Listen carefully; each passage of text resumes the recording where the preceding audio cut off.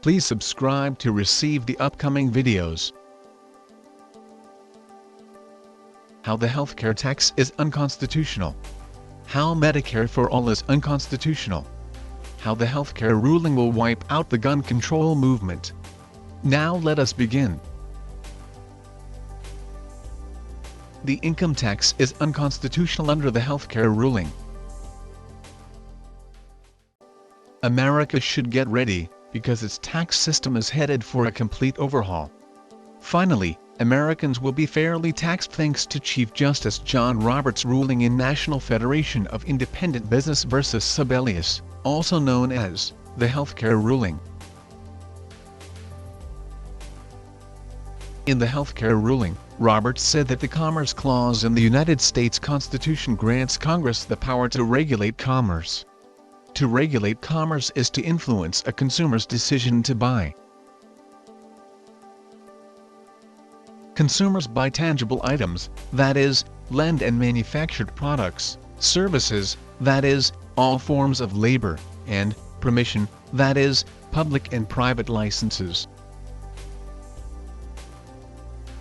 This means that Congress is permitted to influence a consumer's decision to buy something, and regulation occurs only when the decision remains intact. Roberts said that if the sale of health insurance is compelled, then there would be no activity to regulate. A regulated economic activity includes both the decision to buy, and the act of buying. The Supreme Court said in Pollock v. Farmers Loan and Trust Company that all taxes are divided into two categories: external and internal. External taxes are imposed on imported products, whereas internal taxes consist of all other taxes. The Pollock Court also said that there are two kinds of internal taxes: direct and indirect. A direct tax is imposed by command on things that we own, such as land, personal property, income, and even our bodies. In case you did not know, a direct tax on the human body is called the capitation, or head tax.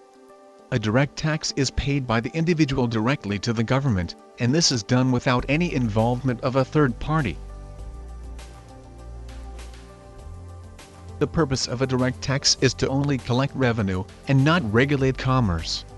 In other words, a direct tax is a non-regulatory tax, because it does not regulate commerce. It does not regulate commerce, because it is imposed on things that are already owned. The United States Constitution mandates that all direct taxes are to be apportioned. In other words, if a federal tax does not regulate commerce, then it must be apportioned.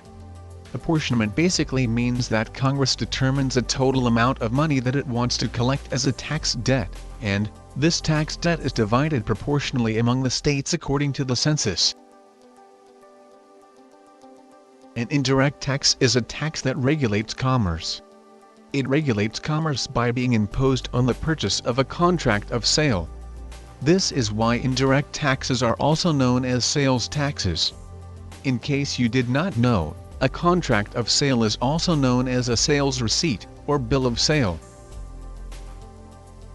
In Hilton versus the United States, the Supreme Court said, indirect taxes are circuitous modes of reaching the revenue of individuals, who generally live according to their income.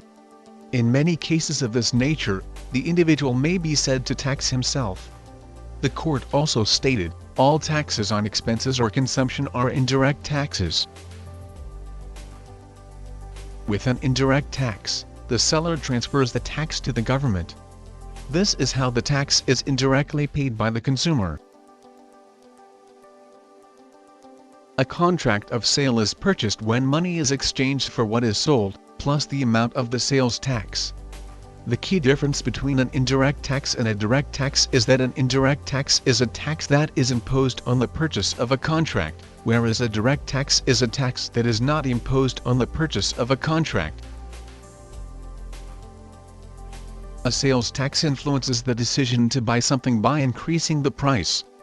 If the price increases low, then the tax lightly influences a consumer's decision, but if the price increases high, then the tax heavily influences a consumer's decision. The taxing clause in the United States Constitution grants Congress the power to impose duties, imposts, and excises. Roberts said that all taxes under the taxing clause are regulatory, and he cited Sonzinski versus the United States as a reference. The Sonzinski ruling addressed the use of excises. Roberts used the high sales tax on cigarettes as an example to explain how it influences a consumer's decision to buy cigarettes. The Supreme Court said in Hilton versus the United States that direct taxes and indirect taxes are opposites, and the Pollock Court said the same thing. The 16th Amendment was passed in 1913, and it says, Congress shall have the power to lay and collect taxes on incomes, from whatever source derived, without apportionment among the several states, and without regard to any census or enumeration. The Supreme Court held in Bruchhaber versus Union Pacific that taxes under the 16th Amendment are excises. This decision is correct for two reasons. First, an excise is not apportioned, because it cannot be apportioned in any way. Second, an excise is an income tax, because it indirectly taxes income when something is bought. The obvious problem with the Bruchhaber ruling is that it failed to understand that a direct tax on income is not an excise. Black's Law Dictionary contradicts the Bruchhaber Court, because it defines an excise as practically every internal revenue tax except the income tax. This definition is correct for two reasons. First, the rate or percentage of an income tax is not determined by what is sold, but instead, it is determined by an amount of income or income bracket. Second, an income tax is not added to the cost of what is sold. The Pollock Court said, an excise duty is an inland impost, levied upon articles of manufacture or sale, and also upon licenses to pursue certain trades or to deal in certain commodities. In consideration of the Pollock Court's definition, there is no possible way to classify any direct income tax as an excise. Roberts' ruling mandates that an excise can only be used to regulate the sale of labor. This means that the rate of an excise on labor can only be determined by a type of labor that is sold, and it must be added to the cost of labor or one's pay. In other words, the percentage of an excise is determined by a type of job, and it cannot be used to deduct money from a paycheck. The taxing clause only allows Congress to use an excise as a regulatory tax, and the 16th Amendment cannot be used to expand the use of an excise beyond the taxing clause. Roberts said, Congress may not, for example, expand its power under the taxing clause. This means that all taxes under the 16th Amendment can only be used as sales taxes. It is important to note that the 16th Amendment does not say, Congress shall have the power to lay and collect direct taxes on incomes. All anti-income tax organizations call for the 16th Amendment to be repealed, however, this is not necessary. The 16th Amendment does not need to be repealed, because it only permits Congress to impose sales taxes.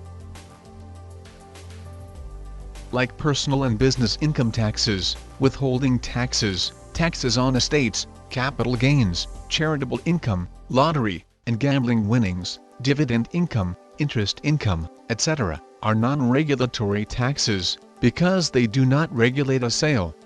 All of these taxes must be apportioned since they are not regulatory. How did this problem originate? In 1794, President George Washington needed Congress to raise funds for the military, and in response Congress passed a direct tax on all carriages.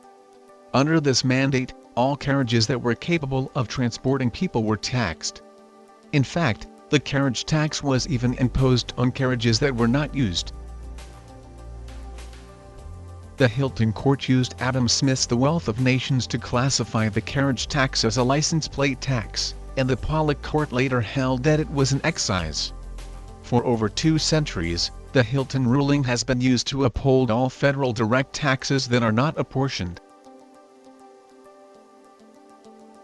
The Hilton court issued an erroneous ruling, because it allowed Congress to compel the sale of a license by allowing an excise on a license to be used as a non-regulatory tax. It delivered an unbelievably convoluted opinion by saying that the carriage tax or any other federal tax could be both direct and indirect. This means that a tax could be both regulatory and non-regulatory. The carriage tax was both a direct tax on personal property and a license tax, and for this reason, the Hilton court was correct when it said that the carriage tax was both a direct and indirect tax. The Hilton court allowed Congress to believe that a sale could be compelled if something is owned. In the case of the carriage tax, the sale of a license was compelled for owning a carriage, and in the case of the health insurance mandate, the sale of health insurance was compelled for owning one's body. Roberts mistakenly believed that the power to compel a sale was a new power sought by Congress, when in fact, it was granted by the Hilton court.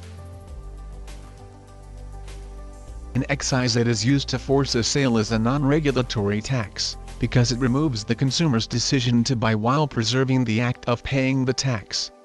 For example, instead of requiring Americans to buy health insurance, let's say that Congress mandated that Americans pay a universal excise on all health insurance policies.